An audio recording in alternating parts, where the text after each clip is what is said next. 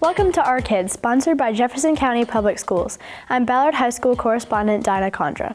This March, we are taking a look at a new Elev8 Center, we meet an inspiring bus driver, and we introduce you to a student who's an incredible fighter. At the Academy at Shawnee, a student in the aviation pathway received his FAA drone license thanks to the encouragement and training he received through JCPS. I was introduced to an after-school program we have called TSA. Technology Student Association. They have competitions not just on drones. There's CAD, game design, flight simulation, which I'm doing. We're at the Academy of Shawnee. This is our aviation career pathway. Well, right now I'm looking for drone operating jobs based in Louisville. Dagan right now is a Part 107 certified pilot, meaning commercially he can fly drones up to 55 pounds. When I was little, my mom lived in Arizona, so it was really fun for me to fly in the airplanes, going to Arizona. So it was me as a little kid, I guess. And he's just beginning his flight instruction where he'll be a fixed-wing pilot. And his goal is to get that done before he graduates high school. Definitely a difficult program to stay focused on, but it's a great opportunity, and what JCPS is providing, the 44 flight hours completely paid for is a lot of money. We have an after-school program called the Technology Student Association, the TSA. And in that program, we fly drones. So we have some small drones that are GPS driven, and Dagan was flying those, and he says, well, what else can I fly? And so we got a bigger drone, and then he brought his Xbox controller, and he started controlling them with his Xbox. So through that, we talked about the licensing process, and he said he wanted to do that, so we helped him get that done. As a teacher, to see a kiddo get motivated and excited and find some drive, that's what we're looking to do with all the kids, right? We're always looking for that button to push that will motivate a kid. I was pretty excited. Honestly, I was pretty confident that I would. I just studied pretty hard, but I was really happy. And my mom sent me a picture when I got the license in the mail. So that's happened with Dagan, and he is self-motivated at this point. JCPS has opened a second after-school learning center for students who need extra academic help. Elev8 Newburg will serve up to 60 students with tutoring and hands-on learning opportunities. 3, 2, 1. We are so excited to announce the opening of our new Elev8 Learning Center here at the Boys and Girls Club in the Newburg area. So I want to ask you all the question of, do you think more or less? This is something that has been in the works for a long time. 2 years ago, we opened up a Elev8 Center in West Louisville on Broadway, and it has been a huge success. When we did this initially and we cut the ribbon at West Broadway, we made a commitment that our next one was going to be in the Newburg area and serve kids in need here in this community, and we are so happy to do that. Draw a line connecting the two squares. Our motto is amazing. It is elevate your mind, possibilities, and potential. And that basically summarizes what Elev8 is all about. We are working to address the systemic barriers that our students encounter, and so we're making sure that our students have fair access to supports that they need so that they can succeed. I grew up in this neighborhood. I went to this club. My family has a legacy in this community. And, to Dr. Polio's point, this is a shining example of how a major youth-serving organization and a school district come together and make intentional and strategic investment in the humanity and the potential of young people in this community, and I'm proud of that. So far, coming to Elev8, they helped me get a lot of my work done, catch up on some of my missing work in some of my classes, and improve on a lot of my stuff in school and learn new things. It's a safe place for him to come after school that I know I don't have to worry about him. He has a ride home. He's being fed. His grades are improving. He's more interested in his studies versus before he was really not. So I thank you all for him having the opportunity to be in this program. The Black Student Union at Waggener High School made progress on its mobile food bank. The BSU has raised more than $40,000 and secured an old school bus in an effort to combat food deserts in the West End. I am Laura Motley, and I'm a teacher and sponsor of the Black Student Union at Waggener High School. A lot of our students in BSU, they are my students or former students, so it's been amazing to see them grow as people. So for example, our president, Zamaya Lloyd, she's originally from Bowling Green. Her freshman year, she had just moved to Louisville from Bowling Green, so she didn't really know a lot of people, and she didn't speak. So to see her to go from, not interacting with people and not talking a lot to now being the president of the club. Waggener BSU means a place where I can fit into a community with people that are like me and people that have the same experiences and people who want to voice out on certain issues. The biggest thing that we've done this year is moving forward with our mobile food bus. We got our contractor, and we're currently working with our contractor to remodel the bus. So our bus will be completed in 2 phases. So right now we're waiting for a district to get all the paperwork and everything processed for the contractor to start on phase 1. And then next semester, we hopefully are able to start on phase 2. It's been a 2-year process, and we raised over $40,000. I think it's very great just seeing how the people on our team are so involved and so passionate about trying to change the community, and they want to actually be hands-on and help those in need. It's super good because just imagine just saying that I did this, it just makes me feel proud of myself and just proud of the community in general. Larry Elliott says becoming a school bus driver has been a great decision. His young passengers agree. You just sit up front there. I've been in schools as Abraham Lincoln for 20 years in the JCPS, and for about 3 years I thought, I want to drive a bus.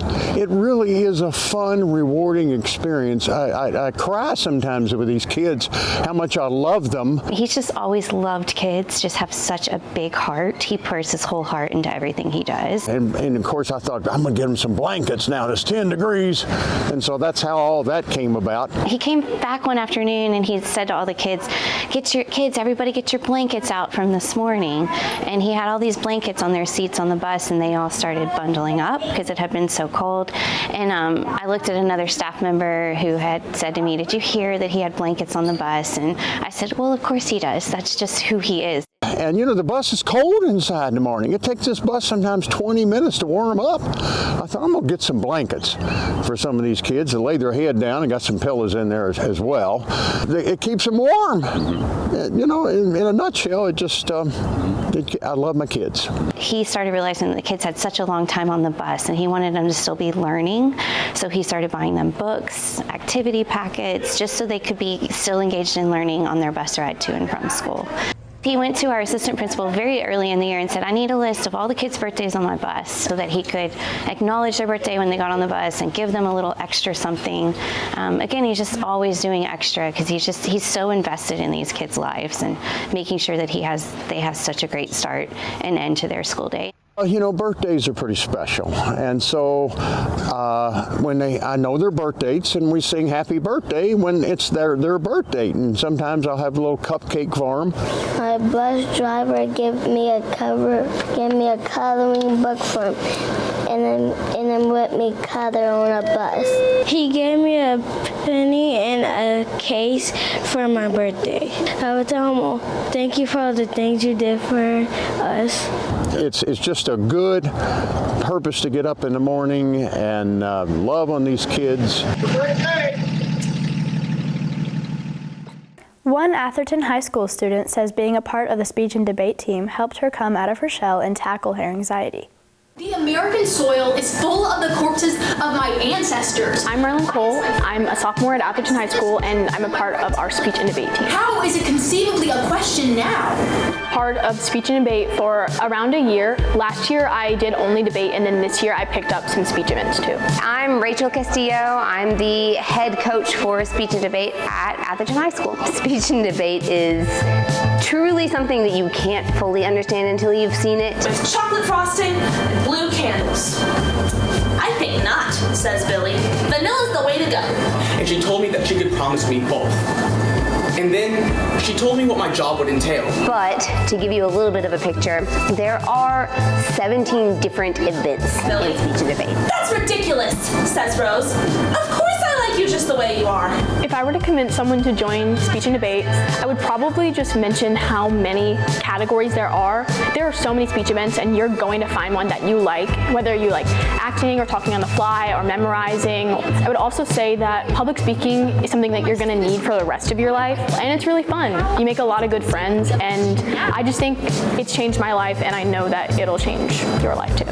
I'm a really shy person. I've had anxiety my whole life, but something about like speech and debate, it's just really helped me become more confident in my own voice. Speech and debate has given me an outlet to speak about the topics that I'm really passionate about. The more that you do it, the better it gets for you, and I would say that getting out of your comfort zone and doing speech and debate will definitely help if you have anxiety. Sell your resources really, really cheap to our corporations. It's either love you or I don't like your evidence, so that's not helpful. No, yeah. I don't. My favorite part of being head coach at speech and debate is probably the kids.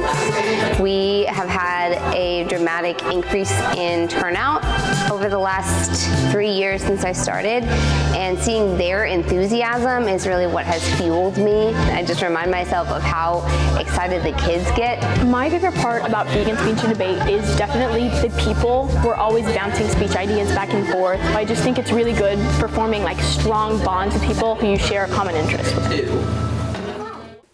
A few years ago, representatives from the NHL visited Jefferson County Public Schools to promote the sport of hockey. This sparked an idea for Stopher Elementary's PE teacher. Why not bring the excitement of hockey to the gym? This is our JCPS Floor Hockey League. 2017, the NHL started a program to bring the NHL into different communities. So the Nashville Predators came up to JCPS and gave us sticks, balls, and net. And Dan Johnson, who was at Field Elementary, who has since retired, and I thought we had all this equipment, and all the schools have all this equipment, we should start a league. So we started a JCPS Floor Hockey League, and it's open to any of the schools. We've only got a half a dozen or so that play, but we've been playing since 2018. The way that I set it up here at Stopher was intentionally Friday nights opposite of basketball, dance, and cheer to give other kids an opportunity to play a sport. The kids really, really love it. Obviously, we're not in a hockey hotbed for kids or for parents, so this is a new sport for all of them. But these kids, when they play this, most of them come away saying this is their favorite sport they've ever played. My brother actually played it in 3rd grade and 4th grade and 5th grade, and I thought it was really fun, so I tried it. He just said that it's really fun, and it's like just such a community, and like every game, it's like you just get to get out of the house and actually have fun. My favorite part about playing floor hockey is getting to know like new people and like just playing the sport and like learning a little more about it. So if I get the ball in the corner, it's out of harm's way. I think it's great because the kids just get to be kids, and they get to just play something with minimal expectations of outcome. That outside pressure that sometimes takes the joy out of sport isn't there. So this is just pure joy. We've got more of our favorite JCPS stories coming up. Stay tuned.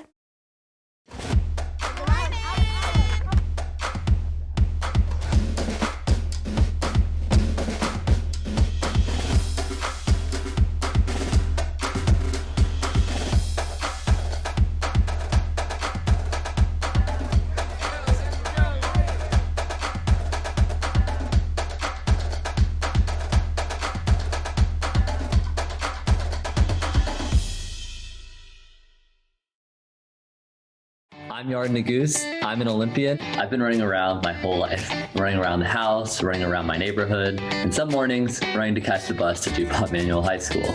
Making the Olympic team has always been my dream, but I knew I had to have options for my future. I ran hard and I studied hard, and my JCPS teachers and coaches were there for me the whole way. JCPS cares about student success, and I'm proud of where my education and career have taken me. I'm Yard Nagoose. I'm an Olympian, and I am JCPS. Introducing the brand new app for Jefferson County Public Schools. It's everything Jefferson County Public Schools in your pocket. This is the home screen. Tap the 3 horizontal lines in the bottom left to see all the menu items. To turn on push notifications, tap Settings, select Notification Preferences, and allow notifications. Tap Subscriptions to subscribe to your school. The feed is where you'll find updates from administration about what's going on throughout the school, whether that's celebrating a student's success or reminding you about an upcoming deadline. Search JCPS Kentucky in the App Store or Play Store to explore the app for yourself.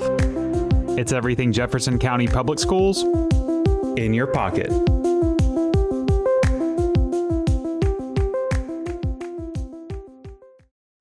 Welcome back to Our Kids. I'm Ballard High School correspondent Dinah Condra.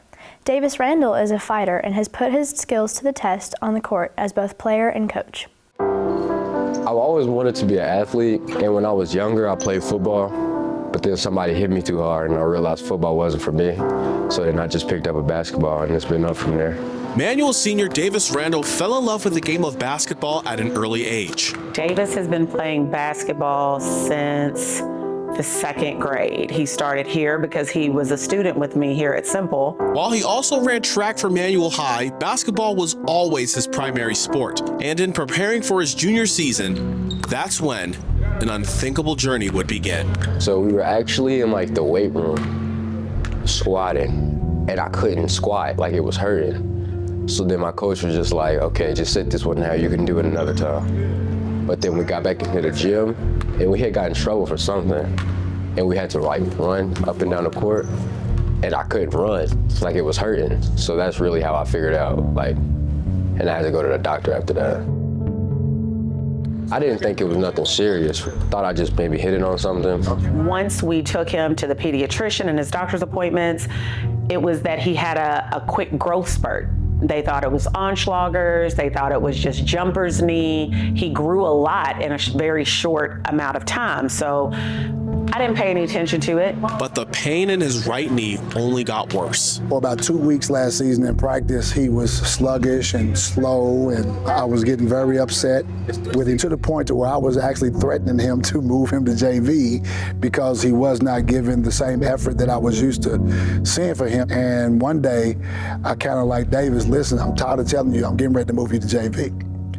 And the rest of the team just like, Davis, tell him. I turned around like, tell me what?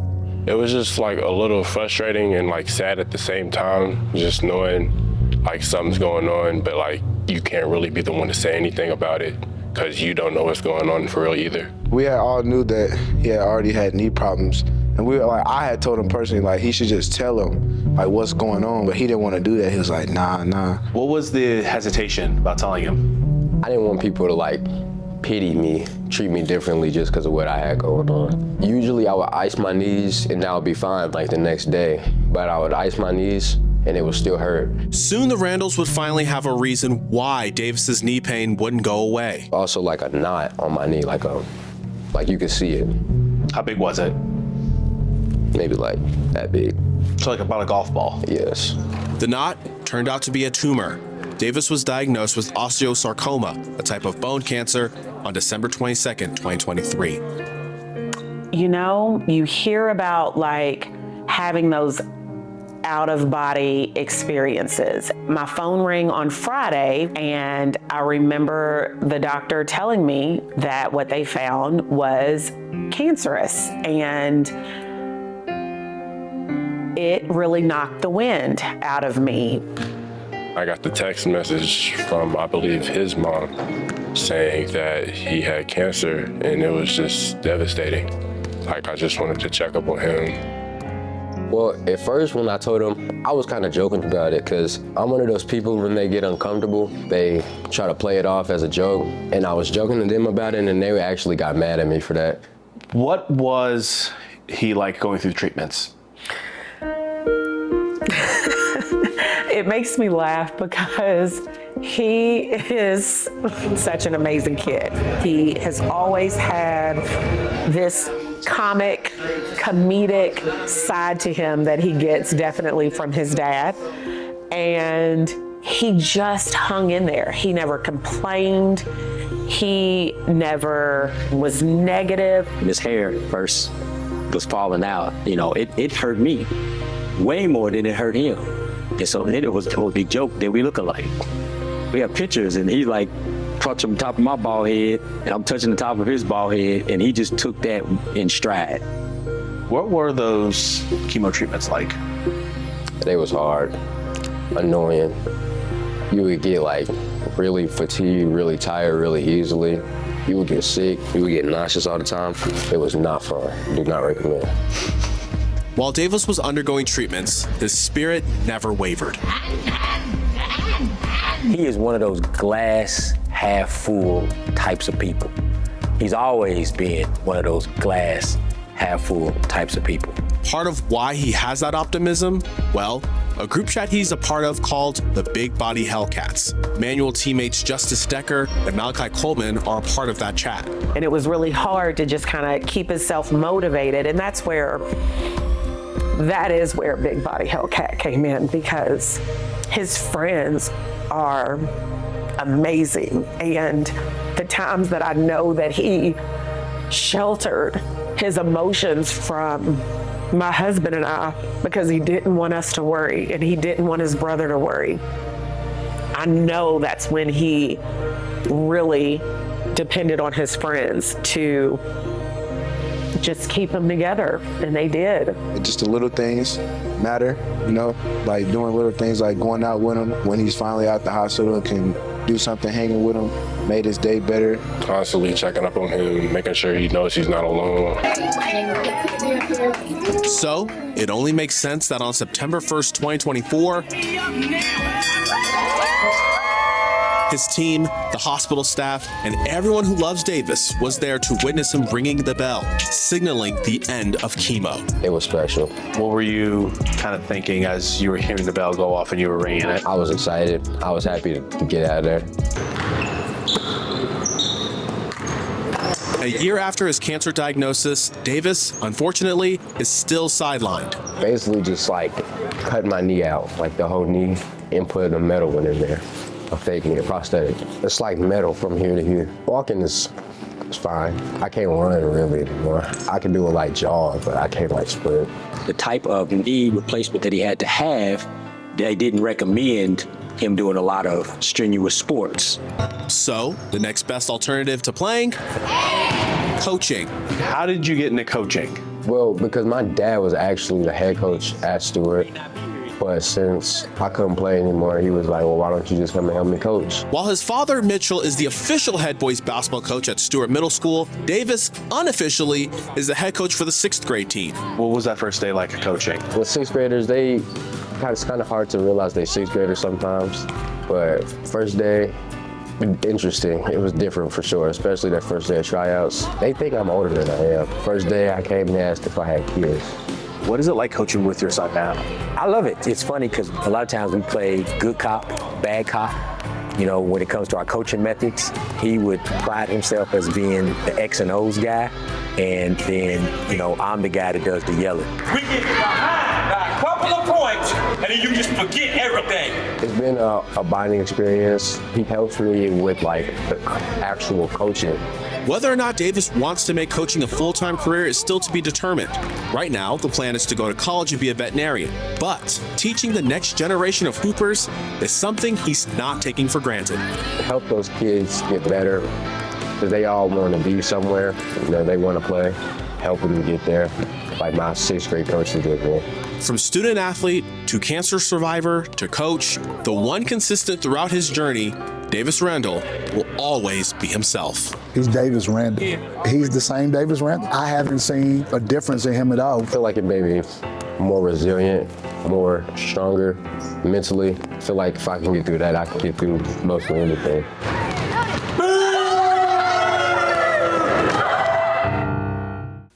Manual High School senior Davis Randle has now undergone another round of chemotherapy since we first followed him. However, he wasn't going to let his disease stand in the way of him getting buckets on senior night. Meet Perry Bacon Jr. He's a JCPS graduate and a columnist at the Washington Post. I'm Perry Bacon. I'm a graduate of Male High School, class of '98.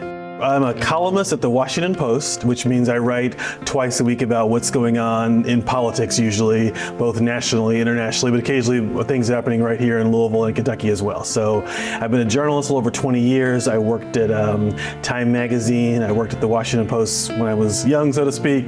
I worked at NBC News. I was a commentator at MSNBC. I worked at a small website called 538, and now I've been doing this thing at the Post for about 4 years. My first job was I was at Time Magazine, and I was kind of like, but I wasn't writing the stories, I was kind of a reporting assistant. So there'd be an older, more experienced person who would like write the articles, and I would go out on the road and travel with the candidates. So I got to write on Air Force One when I was 22, so it was pretty exciting. I was a reporter on the Obama campaign, covering him, which was exciting. You know, I was on MSNBC for about 5 years, so my mom saw that a lot. So people here saw me. I was a TV commentator. I was on shows like Chris Matthews and Meet the Press and that kind of thing. I think I've met 3 Bush, Obama, Biden. I've met 3 presidents. We got the Courier Journal from the day I was born. We would like read the paper in the morning. Like I was the kid who at 8 years old was reading all the sections of the newspaper. Not just, I was interested in sports initially, but would also read the rest of the paper too. We had a great newspaper program. Peggy Henson was the person who ran the Brook and Breck when I was there. So she was very, you know, I think you could only be in newspaper in your junior and senior year. So I definitely arrived very interested in newspapers already, but she was very supportive and very helpful and very enthusiastic about me writing about both sports and also writing about non-sports and editing stories and so on. When I was 17, I was writing for the Brook and Breck, which is the male high school newspaper. I was writing for the Louisville Cardinal, which is the University of Louisville paper, and I was writing for the CJ and doing a job there too. So I've been kind of a newspaper junkie from a very young age. And, I went to Yale, but I still had great preparation. I was in the honors classes at Yale, and it wasn't as if I got there and had to be in remedial classes. I did well at a really fancy college, in part because we had strong classes here. I do feel like it is unusual in the circles that I've been to be a public school graduate from Middle America, and I do think that is unusual for me, but also is an unusual thing. But it's a credit to JCPS, my teachers, Male High School, my parents. Like I think that's a credit to the community I was in that fostered these. I'm a black person who grew up in Shively, so it wasn't expected that I would be working at the Washington Post. But everyone along the way was like, this can happen for you. It takes a village, and I really did have a great sort of village along the way to help me get to where I am. And to sort of start from a place of, do we have some clear-cut values we can articulate? In our kids' news, congratulations to Youth Performing Arts School music teacher Kevin Callahan. Callahan was awarded High School Music Teacher of the Year by the Kentucky Music Educators Association. Student leaders from 18 JCPS middle schools came together for an unforgettable day of growth, inspiration, and connection at the Explore Ambassadors Conference. Congratulations to the Eastern High School cheerleading team, winners of the KHSAA Small Division State Championship. Thanks for watching our show. You can find entire episodes on our JCPS YouTube channel. Until next time, keep supporting our kids.